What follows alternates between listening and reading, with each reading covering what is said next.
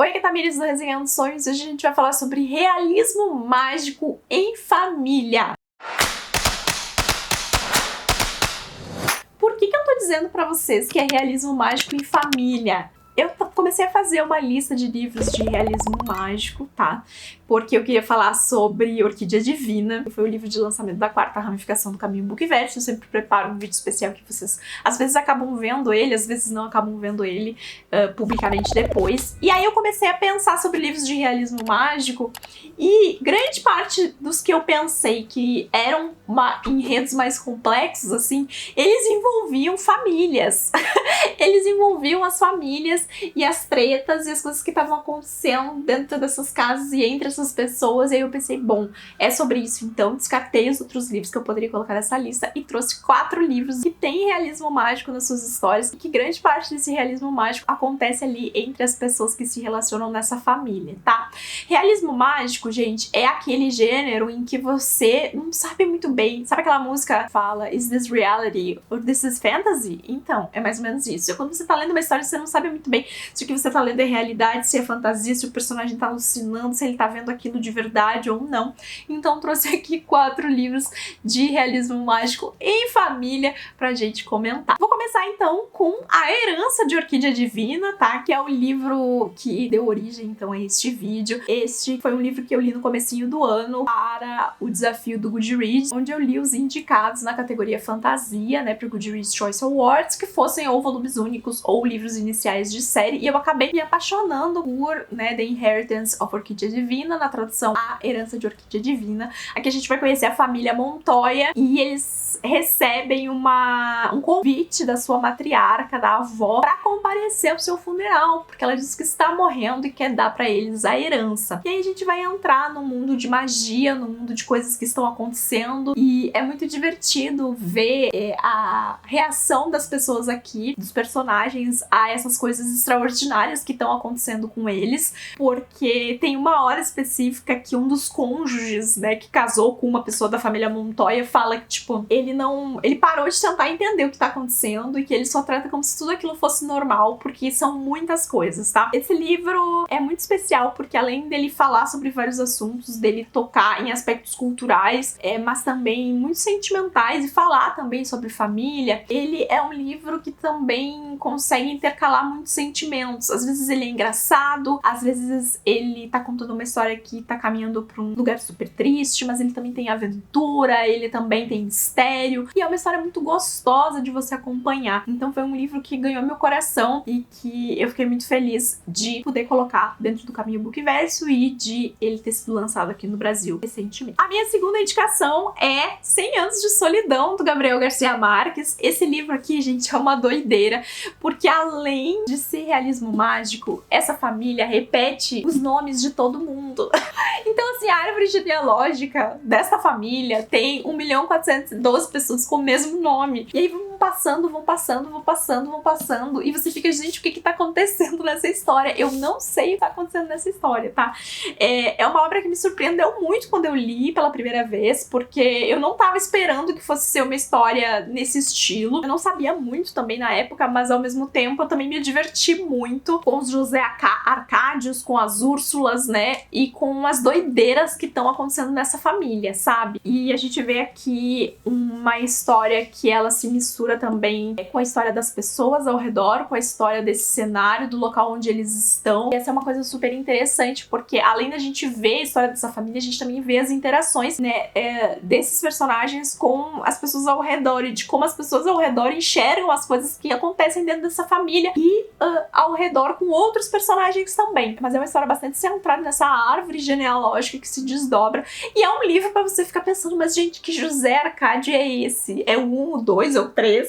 Em que momento que eu tô da história? A minha terceira indicação é Gótico Mexicano. Esse é um livro que ele pode se encaixar em realismo mágico, mas ele também pode se encaixar em horror. Esse foi um livro que eu li no começo desse ano e ele me deixou muito pensativa, porque ao mesmo tempo em que ele junta coisas de outros livros que eu já li, tem uma vibe, uma sensação que eu gostaria de ler mais. Esse é um livro onde uma jovem recebe uma carta, né?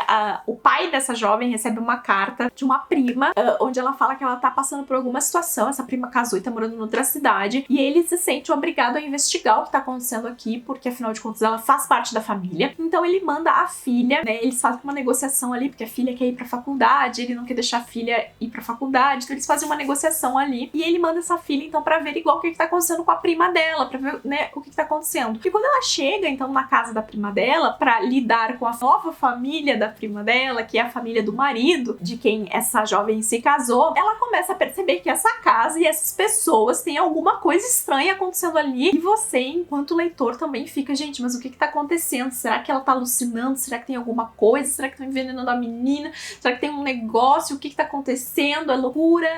É realidade? E é uma história muito legal, então eu gostei bastante de ler gótico mexicano, e eu acho que tem esse aspecto da gente ter aqui dois laços familiares, um que conecta a nossa protagonista e o outro que cerca essa outra personagem que tá passando por essa situação, supostamente está passando por essa situação, diz que está passando por essa situação, porque nada a gente sabe de verdade o que tá acontecendo aqui. Aí um outro livro que também eu acho que já é considerado um clássico aí, que também às vezes dá um nó na nossa cabeça, é A Casa dos Espíritos, da Isabel Allende. Esse é um livro super bem comentado, a gente também vai acompanhar aqui uma jornada familiar, e a gente tem elementos aqui que misturam o realismo mágico, mas também trazem várias questões políticas da época, do que estava acontecendo, né, dos conflitos aqui que cercam esses personagens, além da pequena realidade deles, mas que dizem respeito a coisas sociais aqui dentro dessa trama que a Isabel Allende construiu. Então é um livro bastante poderoso nesse estilo. Isabel Allende, que tem outros livros que brincam com essa coisa de o que está acontecendo e que às vezes caminha nessa corda bamba da fantasia, e é muito interessante ver a construção da autora aqui, da profundidade e ao mesmo tempo da quantidade extensa de sentimentos que essa história pode passar pra gente, tá? Porque esse é um livro onde você se apega a personagens, você tem muito ódio de outros,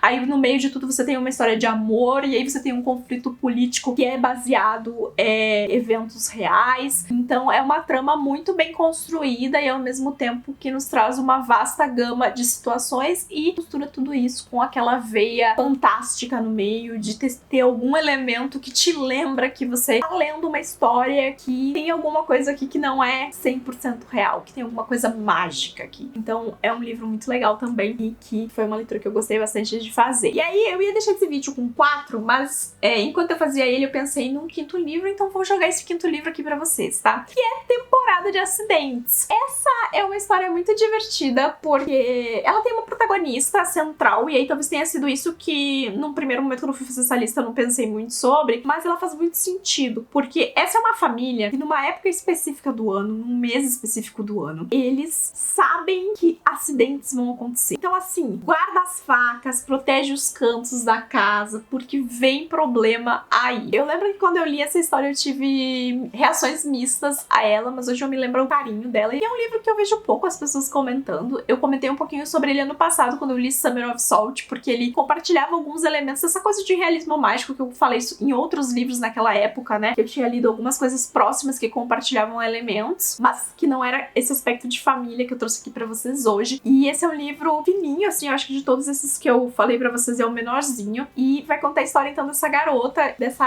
coisa que ela tem ali com a família dela, e o quanto isso é real e o quanto isso é na verdade uma superstição que eles têm, que sequer faz sentido. Então a gente acompanha, né, esse desvelar dessa situação, junto com, né, outros conflitos que vão surgindo ao longo do livro, mas é uma boa pedida aí também, que é meio que uma tradição familiar também, eles se preparar pra essa temporada de acidentes. Então é isso, espero que vocês tenham gostado aí de suas indicações. Me conta aqui embaixo nos comentários se você já leu alguma delas ou qual dessas mais chamou a sua atenção pra você ler. Tem muitas pessoas que não gostam do gênero de realismo mágico, que ficam muito inseguros com essa coisa de vai e volta do gênero, ou gostam de explicação pra tudo.